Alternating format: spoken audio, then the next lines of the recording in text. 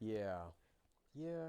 Different Crazy. perspectives on Dude, that. when you're riding like a motorcycle down it's a trippy feeling when you haven't slept for days and you're riding like a motorcycle down the interstate at like 100 miles an hour and you really don't like you don't know where you are. You feel like it's almost psychedelic at that point because you're so sleep deprived that you're just like, you know. But luckily I never shot. I was never a needle guy. I never thought, "Hey, I'm going to smoke this shit." Because it seems like those two things, like when you get to that level, Yeah. that's when it's like you're treading into the point of no return zone.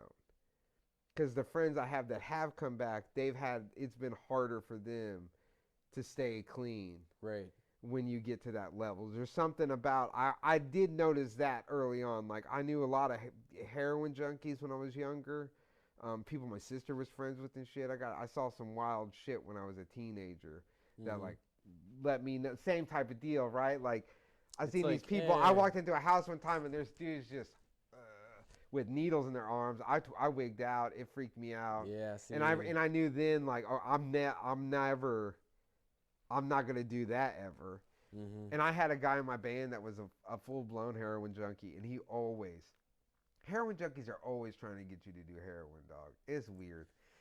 It's weird. Like if a dude offers you cocaine, be like, no thanks, and they stop. A heroin junkie be like, you sure? You sure that was just a little bit? Just try it with me. And it's like, dude, what? No, man. See, no, man. I just, No. and I guess my escape is my artwork, right? So like, I never even really had any excuse or reason or desire to do any of that.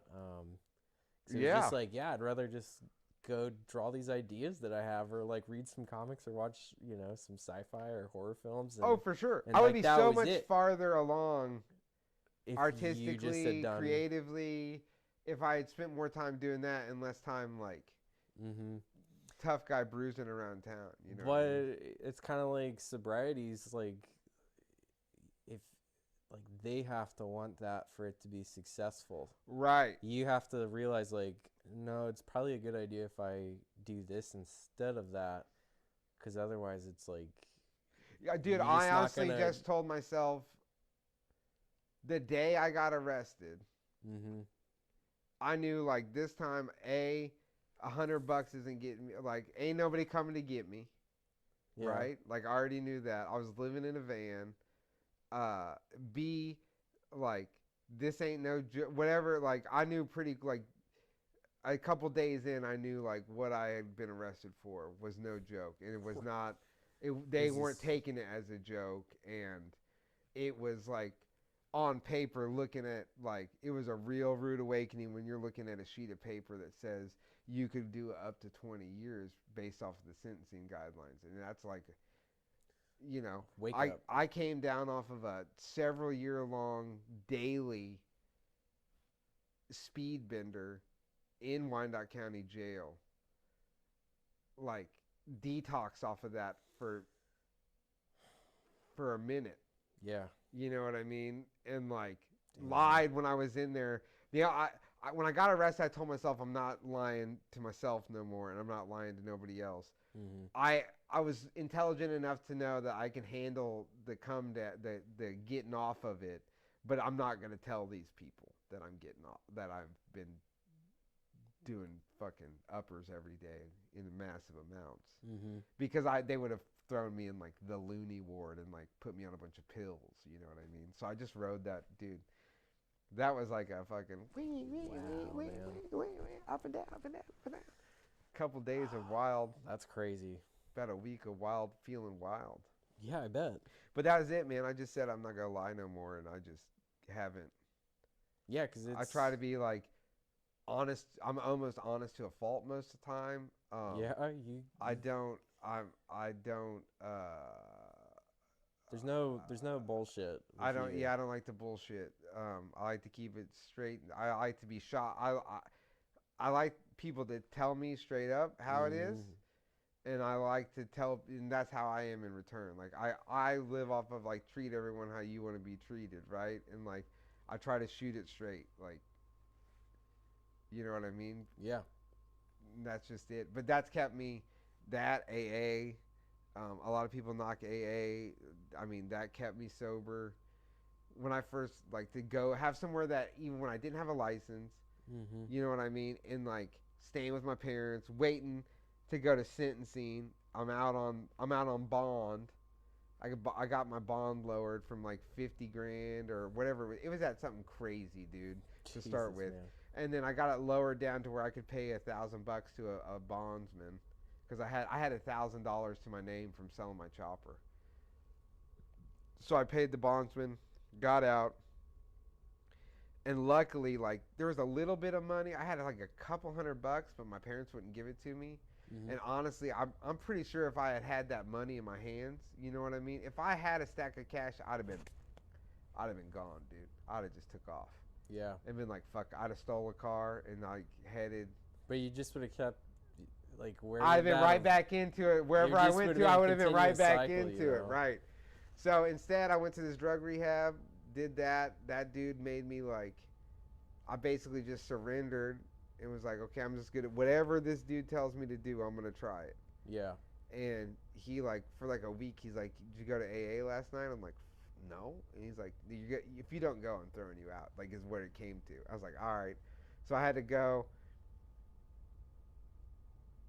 I go down there immediately. The first night, there's two like middle-aged women there at this hall, and I'm going, like, what? Where? How am I supposed to relate to them?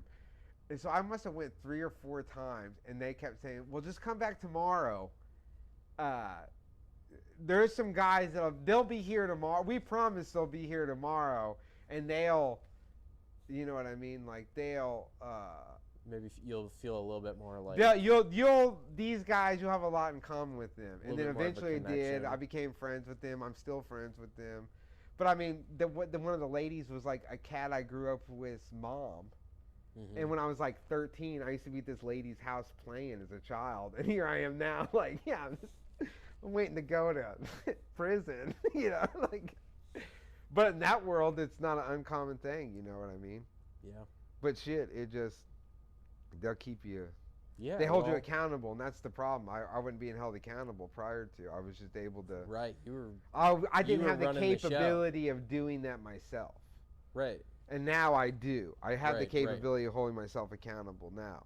But prior to, and like you had that prior, like, your whole life, you had that availability, right? Like, I never, even as a kid, like, I've never had held myself accountable for my actions. Right. I just kept, like, sneaking by, and like, I was a really good criminal for a long time, up until the point like where I until got. the point you weren't. Well, right, and that's how it goes. But up until the point of where I got too fucked up on drugs. Right. Like prior, like even when I got arrested, like we don't even know who the fuck you are, dude. And I've been on some buck wild shit. You know what I mean? For like 10 years at that point. Yeah. Just acting crazy. Yeah, I don't know. I just. So that was like the scariest part. Was like I was doing crazy shit without the drugs. So with the drugs, it was like. I started writing some lines that I don't know if I was too comfortable with, sure, man. Like, I'm sure. you just got crazy. Well, that's good. I'm psyched that you're, No.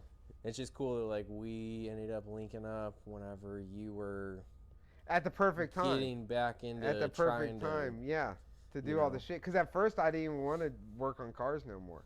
Well, yeah, I didn't think I could, right? Like in my mind, like it'd probably been easier for you just to walk away from everything and go work I tried working at a warehouse, dog. I couldn't do it. You like not even have the same friends or do any right? Of the same Can't stuff. I even hang out with these people? Like I thought I wouldn't be able to paint anymore because I couldn't get high. You know what I mean? I was like, it's like, what do I do when your whole thing is psychedelic paint jobs? How do you not? You know what I mean? Smoke a joint or chew some mushrooms and then paint a tank and then fly. Slowly I learned like that shit really didn't have nothing to do with it. You know what I mean? Right, because it's like even normal day life, it's so normalized now to like drink beer and smoke pot or whatever. And it's like, well, that's fine and all if you can do that and be on top of your game, but if you can't, then like Yeah, if you can don't hold be yourself doing that. accountable, Like, you can 100% be it's like, oh, probably I'm going to best have a to beer. not do any of that. Yeah. But if you're able to do that, cool. But it's like even the car stuff or the paint stuff, there's kind of a, like, oh, you're an artist. Like, because we have friends that are also sober, but then we also have friends who are like way still figuring stuff out. Yeah. And they're full-blown maniacs. When I think it was like whenever you realize like I don't drink or like do anything, like we'll be out like a show and there'll be like beers or people smoking pot or whatever, and it's just like I'm unfazed, and it's just one more thing of like, well, he doesn't have to do that, and he can still like have a good time and like paint or do these things. Then it's just that much more validation of like, oh, like I don't need to do this cool metal flake crazy multicolored paint thing. I don't have to be messed up. Actually, it'd probably be better if I wasn't. Right. No, that's what I was going to say. Was it literally like the end product was coming out better and easier by not being all jacked up. But I think there's still that stereotype of artists in general, but definitely like car custom painter guys who are like, because most of them are like, oh, they're either intoxicated one way or the other, and somehow, it's. If it works for you, great, but also probably it works till it don't. Yeah. It's still cool to be functioning, and that's how I've always felt. It's much cooler. It's it's much cooler to be functioning. It's just more my speed, but a lot of people think I'm like a big stoner or like have some sort of substance I use just because of how weird your art is. Yeah, just like ideas in general or the actual artwork, and it's like, whoa, like what's going on with this? And it's just like this is just my ideas like coming to life. There's really not much else like attributing to that. And I guess it's kind of a compliment. Like you'd probably think the same. Like if you did a paint job and someone was like, man, you must have been like tripped out, and you're like, no. It's like, okay, cool. Like, no, I don't need to be tripped out to be warped in my mind. You know what I mean? It's just it's just more true. I think that's been my biggest thing over the last like decade. Really is trying to be like true to yourself and what you want to make, and like overall just like style, subject matter, whatever the case is. It's just because like not having any sugarcoat or like BSing with anybody, not having that, especially like in the art side of things, whether it be your work or whatever it is, it's like a lot more rewarding to be like, oh yeah, like I did this was like a genuine idea I had and I wanted to see it come to fruition, and I wasn't trying to like fudge this or that or make it look a certain way because I thought someone else would like it better, whatever the case is. It's like, no, I wanted to do it like this was my genuine idea, and this is how I did it, whether it gets received well or not. I've found that no matter what it is, it usually always gets received better, because it's like people can see like, oh, like this was an actual genuine thing that came from your heart or your brain, and like here it is. It just speaks louder than trying to like stay in the lines and like, oh, I need to do a Ed Roth looking cartoon, like I've got to do everything just so. Instead it's like, well, I'm inspired by that, I've kind of had that background, but now I'm just going to do my own thing. And now we've gotten to this end result that works a lot better. So no, definitely. It definitely is.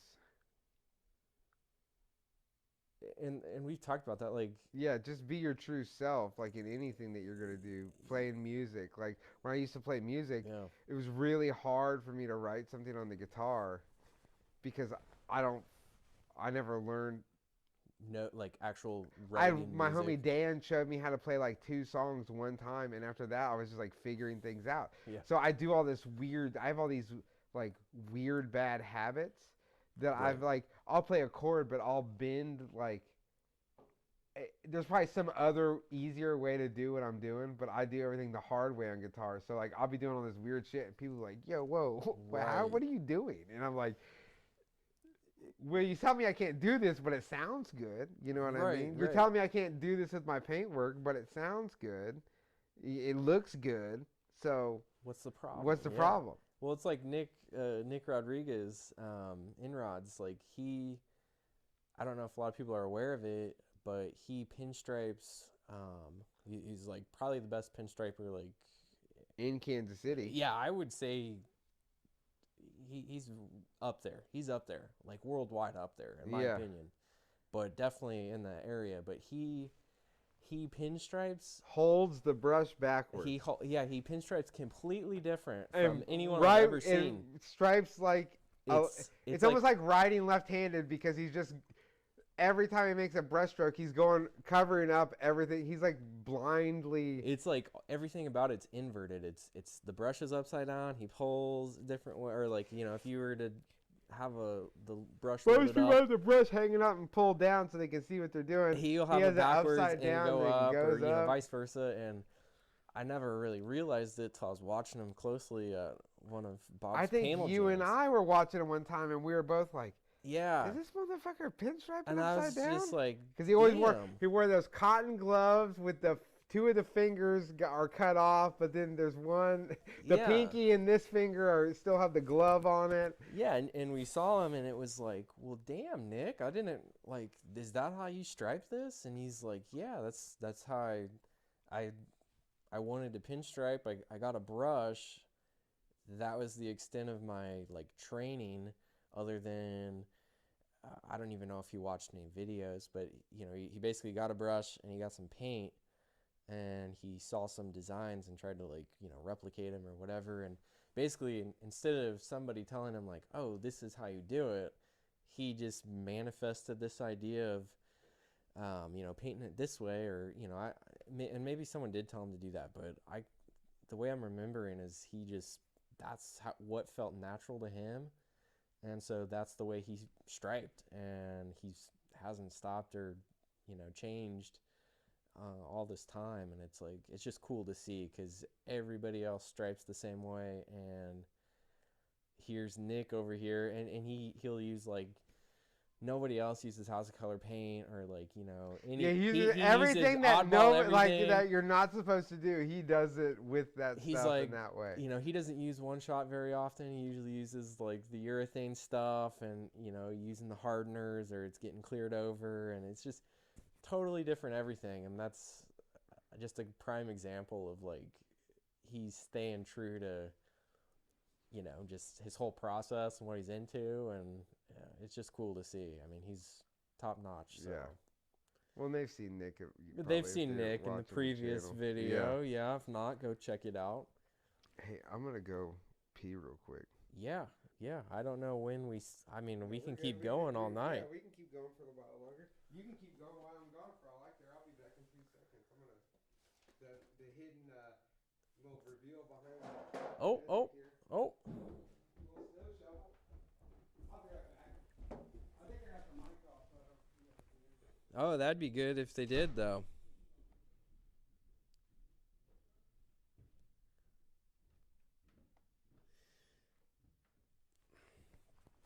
So, special edition. I don't know if you'll even keep this in, if you'll edit it or what. I don't know, but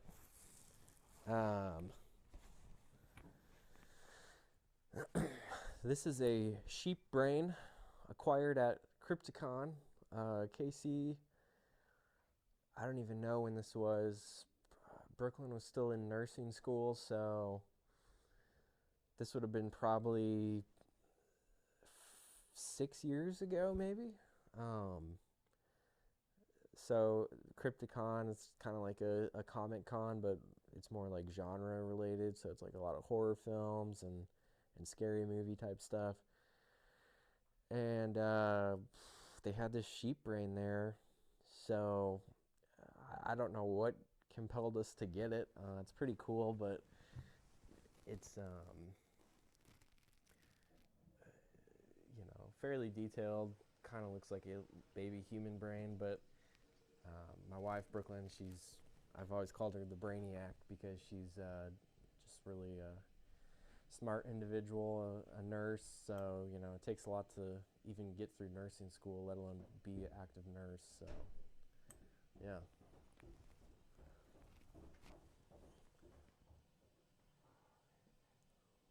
He's back. Make sure this thing's still recording.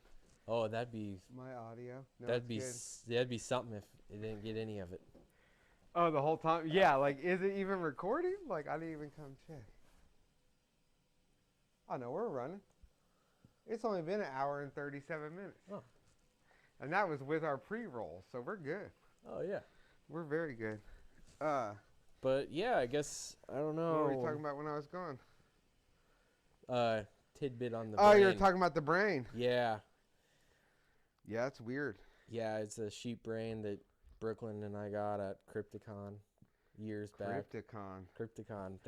They hadn't had one for a little bit. I got tattooed at Crypticon. That's where I You got did? my hand tattoo. Weird Harold Simmons at Weirdos Tattoos on Instagram. There it is. At Enrods. We forgot to tell Nick's Instagram. I love just making people like, then they're going to look like, I can't fucking find this guy. Yeah. So, yeah. Well, you do have your truck. I guess we could talk about your truck. Yeah, Aside so from art, like you have a 71 Ford pickup that you've had since you were. Me and my dad bought it. I paid half of it. He paid half. I don't even think I was 15 yet. I think I was like just turning 15 when we had bought it. So it was pretty early on, but that was my daily driver for 6 or 7 years. I mean, I drove that thing every day, high school through college.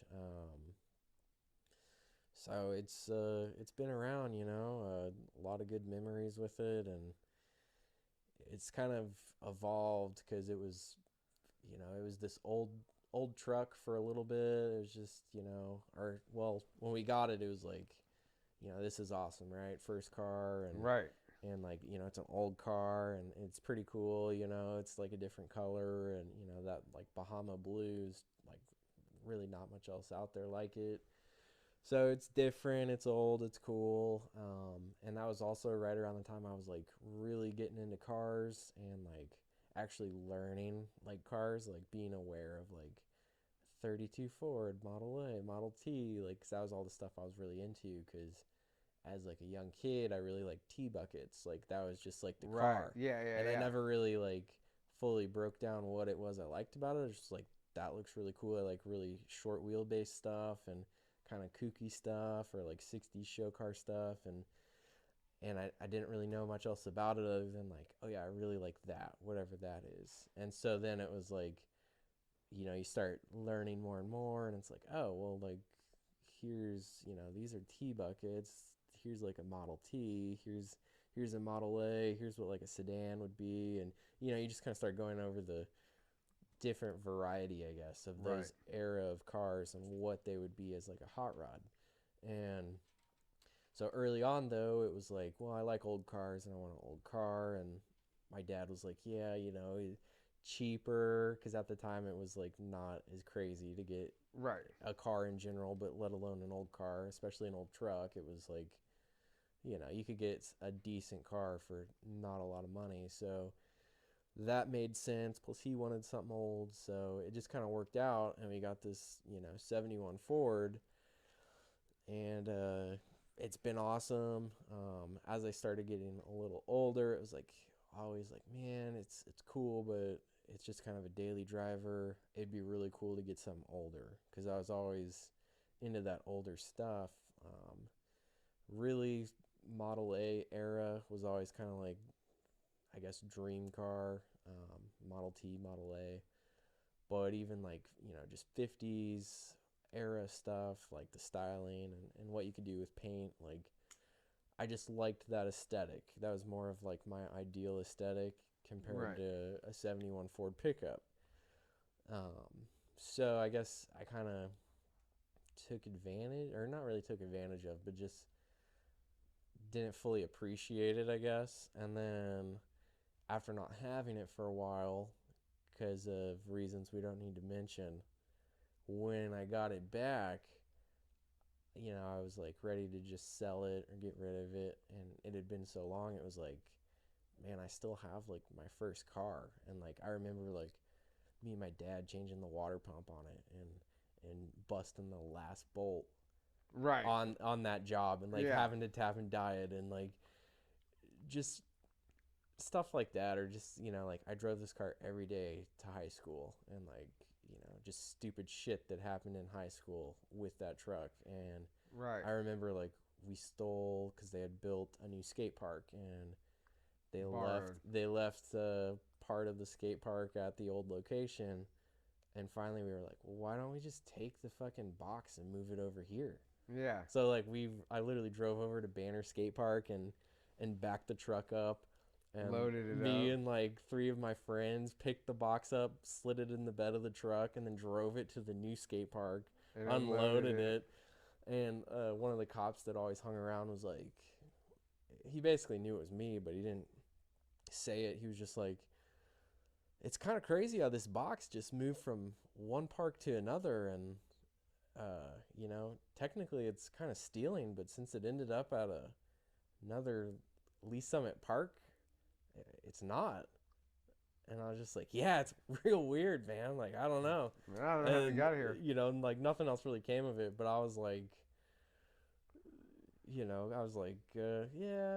I don't know how they're going to take that. And now everything from that park has moved over. So like they, took initiative to move everything from the old shitty park and put it to the new one, how it should have been. But just stuff like that. And so just having it is like, sentimental. It's cool.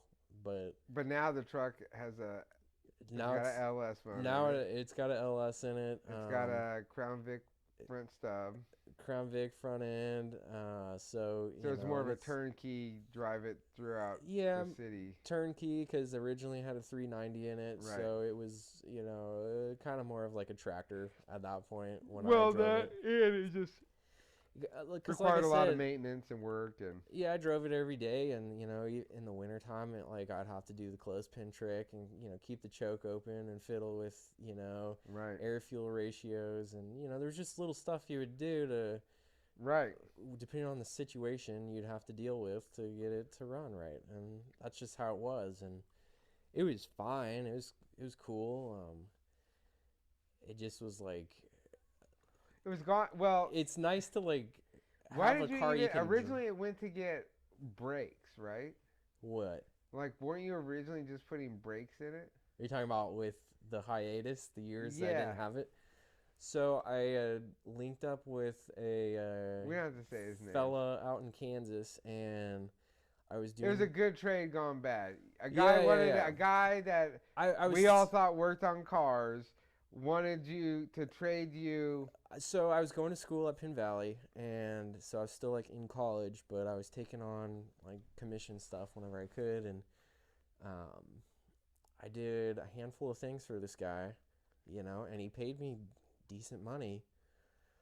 And I drove out to Kansas after one of my night classes at Penn Valley. I drove out to like Lawrence, area, and delivered all this stuff. And he always had cool hot rod stuff going on, lots of old cars, old parts, and it was just like, this seems really cool, and he's got a lot of cool stuff going on, and seems to know what he's doing, or at least, I didn't know him that long, so that was my first mistake. But I was like, oh, this guy's got a lot going on, and a lot of cool stuff, and a lot of stuff that I would like to have, Model A's, and just a lot of cool hot rod stuff. So it was like, I want to befriend this guy. Like, I like what's going on. And he, same way. He was like, I got a lot of stuff I want you to do. Be happy to pay. Also, I'd be happy to trade, because this is what I do. And I'm like, okay, cool. The cab mounts in the truck, we're looking to eventually replace the cab mounts, because they were, the doors, it wasn't anything terrible. It was just slightly sagging a little bit. It wasn't anything crucial. It was just like, hey, this is kind of on the radar of something we need to get done, was replacing the cab mounts. And that's right, it was the cab mounts.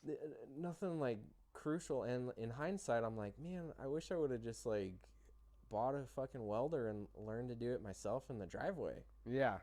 But at the time, it was like, oh, this guy's like, he does full builds and all this. So yeah, like I'm looking to get that done. Would you be up for it? And he's like, oh yeah, that's no big deal. We can do it. Great. So I drive it out there, leave it. And then he suggests, oh, well, while I'm here, do you want to have it lowered? Like, since we're already, doing something to it, why don't we lower it? It's like, oh, that'd be cool. Because this is when I'm like wanting either something that's older or something that's more custom, something that's more like Right. a hot rod, essentially, right? And instead of just a farm truck. And he's like, yeah, why don't we lower it since I'm going to be right there and, doing this stuff. And I was like, okay, like if you're suggesting this, sure, let's do it. And then that was like 4 years of my life of a complete nightmare. And I don't know how much stuff I did for that guy and how much times I like drove out there and, painted stuff for him. And it was always like, oh, I'm just about done with it, same story. And finally we went and got it. Todd Thompson, Eric Myers, some of the punk rock guys at the time, all those guys, we went out there and basically picked it up and took it home or took it to the punk rod shop where they helped me assess the damages. And Oh, I remember that. Everybody had their own outlandish ideas of how bad. Everybody wanted to tell you how bad it was, and I was like, "This is nothing. We can fix this very easily." it wasn't easily done. It was like, yeah, it was because it was like, well, it's pretty messed up. And then it's like, okay, yeah, but like how messed up? To me, everybody else thought it was messed up. I was like, "Oh no, it just needs to, like, it's there. It's how it's supposed to be. It just needs some slight. It needs a little tweakage, yeah, a little tweakage." So but they helped out, kind of Yeah. figuring that all out. And then Steve. The best part. Now you're leaving out the best part about when we went to get the truck. Okay, so we went to go get it, and because you were with me, and we pull up, and like one of the things that had like happened throughout this time that he had it was, I gotta switch the wheels because like different bolt pattern now, because it went from just having It went from lowering it to he put a Crown Vic front stub on him, which is a common thing. It's common, but it was supposed to just have a twin I-beam like how they had the twin I-beams that were dropped. Right. And he was like, yeah, I'll get one of those. Like, I know this guy Sid, he does these dropped I-beams for him. We'll get one of those. Where even Boom. at the time, if he had been like, I can do the work, but you'll have to buy the I-beam.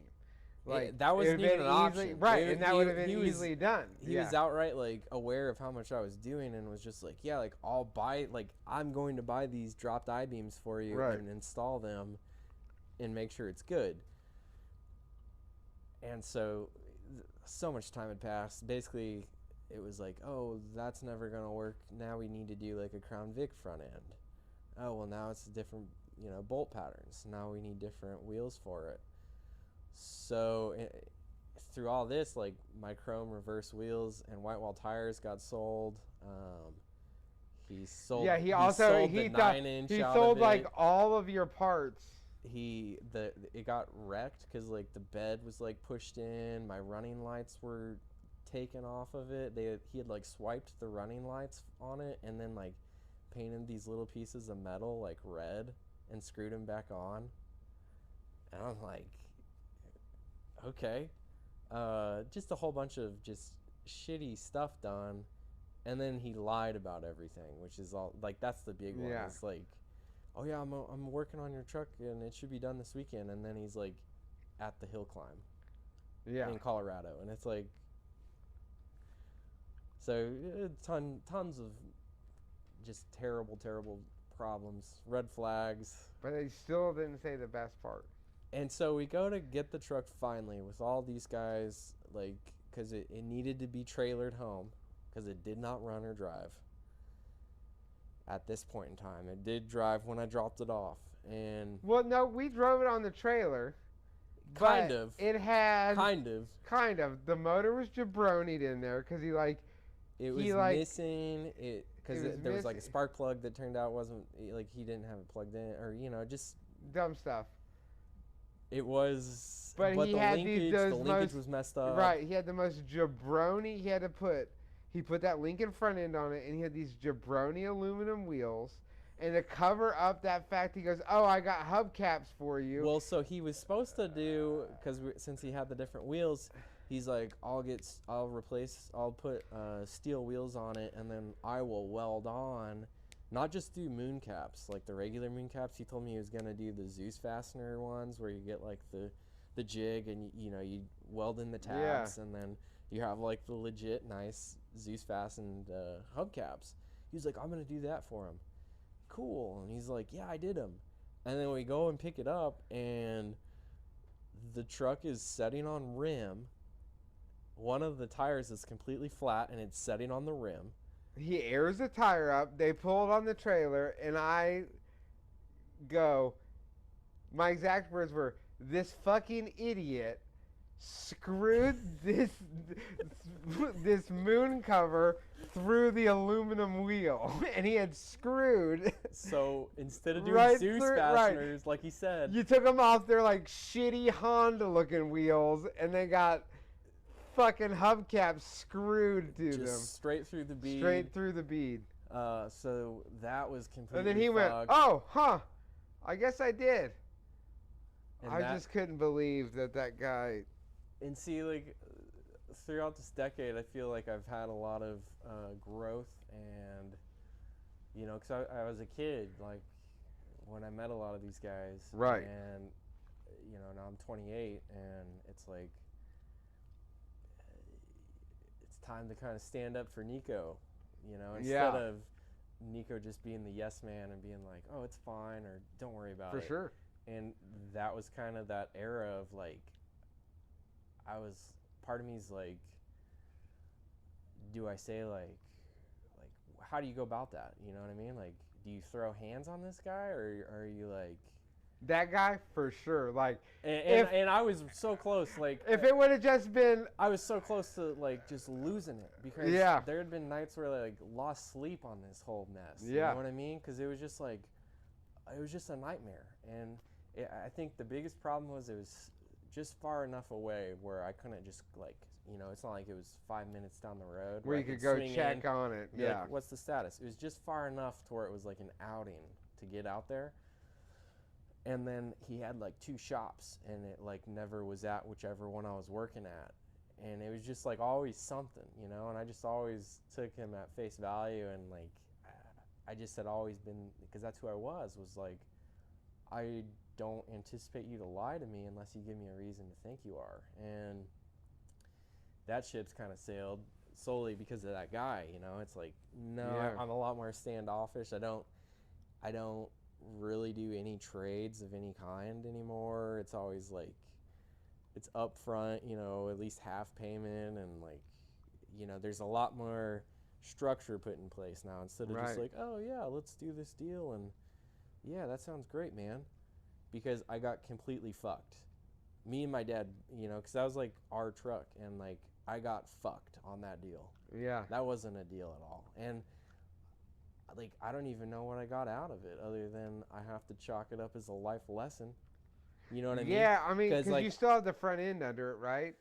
I do. Well, no, Steve, because Steve Peterson, he helped me out big, and Talent, old Dan Talent, they helped out, kind of get it to where it is today. Basically, they had to cut out everything that was done, redo it. I think they had to reuse a different front end altogether. It was just fucked, man. It was like, and then Steve only had it like less than a year, and he did an LS swap in it, cleaned up all this shit. Right. I mean, for him doing that on the side. Yeah. Like between his day job, and I don't know if Steve thinks I'm all right, but that's his own personal Steve thing. loves you. I know. Quit. I got 2 parts I got to get to Steve. I keep forgetting to call him and tell him I got him. I have plenty of stuff I still need to get to Steve. I need to just go see Steve. I haven't just heard to see from, him. oh, I guess I might also have not heard from Steve because I changed my phone number and might have forgot. I'm just now realizing Could be. that I may have forgot to give Steve my new phone number. Could Hey, be. if you're out there and you're thinking, this guy never calls me back or he never returns my text, no, I changed my phone number a few months ago. So you might want to hit me up on the internet and I'm on Could Nico's be. status. Like, you can't even call Nico now. You got to email him, right? Like, No. because I get phone calls all the time of people being like, yo, can you call Nico for me? And I just go, no, I can't. Why not? Because if, I don't know, I call Nico for me, man. Like, Yeah. email him. I always tell people, email him, man. Yeah. You're talking, he knows you want to talk business. Like, nobody wants to talk about. I think that's the trouble too. Like early on, especially like me more as like a kid, I was like, because there was always the stereotype of like, oh, you're an artist, like you don't have concept for time, you don't deal with like you're not very diligent with your phone and all this stuff. And I was like, no, like I want to prove that wrong, and like I tried to go the extra step of like always being, on my phone, calling people back, trying to figure out jobs, dealing with basically just doing a bunch of consultations for like free, right? I was basically doing a whole bunch of consultations for free. And there became a point of like, man, like my time's really valuable. Like, if anything, just to me, but also if I want to try and be an artist and like sell my work, like my time is valuable, and I can't just afford to have 45-minute conversations on the phone with Joe Blow about an idea they have that never transpires into anything. Like, that was a whole bunch of like early on career stuff was, oh, I got this idea, let me know when you want to talk about it. And just time and time again, it's like, all right, I'm kind of done having people blow smoke. Well, dude, I have the same thing. Like, there's a few people who, and you've got them too. They always hit you up. They always have some grandiose idea. Right. Or they want something done, but they literally will never, they're never going to pay to have it done. Right. And there's this weird line because, like, especially early on, I was down to do whatever. Even if they were like, oh, I've only got $50. Can you, like, paint my car kind of situation? And it's like, you want me to do like $500 of pinstriping for $50? And it's like, well, yeah, I'll do it. Cause like, I'm just a kid. I'm in school, and like, this is a cool thing I want to do, and kind of like put in my resume or at that portfolio. time you're trying to build, establish a name. Yeah, and it's like experience, and it's all this stuff, and that's great until it's not, and then it's like, okay, well, like, I need money now. Like, if you want me to do these things, like, I need money. That's just how it is now. And then that's how it works. That's how commerce works. That's just how it is. Dog, I used to be painting gas tanks for like next to nothing. You probably were paying to paint them, because I know a couple jobs I'm like, I think I just like paid to do this. Yeah. Essentially. For sure. And then like now it's like, don't hit me up if you ain't got $1,000. Right. To do a paint job.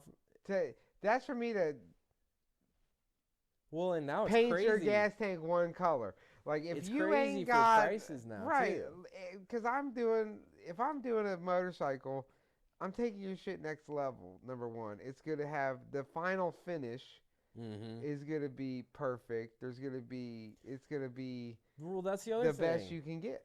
You don't. There comes a point where it's like, all right, I'm not gonna do these like budget, homie hookups, because I don't want to have homie hookup work out there, right? Like, I don't want to, because I'm not going to be there to be like, oh, well, they only had like $25 to pay for this show flyer artwork that they wanted. So I did this really quick ink drawing. Instead, it's like, why don't we just do like at least like a $200, $300 illustration that I'm like psyched to have in my portfolio, because that means that's something that is gonna at least outspeak that, that $25 illustration or that sketch. And everything's got its place. See, and I'm sort of in the middle on that. can, Like here lately, I've been taking this different approach of like, if I can make with what I do, right? Right. Like specifically more like with the car side. After getting into this suburban deal, like there's no way that this car was gonna be perfect, like 100%, right? Like, right, but what I can do is I can work with what the guy's got, and I can do everything in my power to make it fucking cool at the end. Right. Right? But also, like, if that guy, if the customer walks away happy as fuck, right? Then the rest of that ego shit don't matter.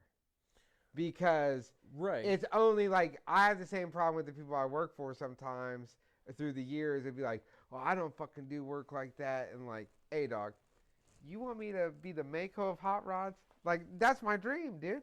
I want to be the Mako of hot rods, man. Right. Like, ain't everybody out here with $1 million. Sometimes the guy don't want to fix every little dent and ding. He just wants his car blue. You know what I mean? Yeah. I'll do that all day long for a guy, baby, and I'll give him the best money can buy. Yeah. For whatever he can spend, I'm going to give him the best that he can get for that. And when you do those, you go a little above and beyond. You know what I mean? Right. But over time, you get efficient at them. But that's totally different than what you're doing, right? Like, when it comes to, like, art and drawing, like, I hit you up. I'm the most guilty, everyone, of hitting this dude up and being like, yo, I got an idea. But I will follow through. I have a pretty, here's the thing. Let me tell you, if you want Neko to do your stuff, it's real simple. You call him and say, hey, I need some artwork for my YouTube channel. And he goes, what do you want? And go, I don't care, dog. Whatever you think is tight. You know what, he knows what I like, and he just did it, and he crushes it every time. But if you call a man, if you like your artwork, right, then I need your artwork. Right. And I think that's what I'm right, and that's where you're getting to, is because now it's like, even with that, we were gonna do a business card. Instead, you show up at a car at a fucking motorcycle show with a stack of flyers. It's a fucking comic book illustration of me with my name and shit on it. Yeah. And I've discussed with you how I'd like to modify that specific drawing and put the TV in it. And now, boom, we got we got the logo done. But you also came up with that. Like, that was your whole. Even all those old art show flyers we did. It was just like, we'd come up with some stupid ass idea that we'd like, me and you riding on a fucking rocket together through outer space. Like, you come up with a funny idea and just let you do your thing. I think it's been tough, kind of, because I was like so just on board with taking on anything and doing whatever, and I still am like 100% about trying to work with the budget.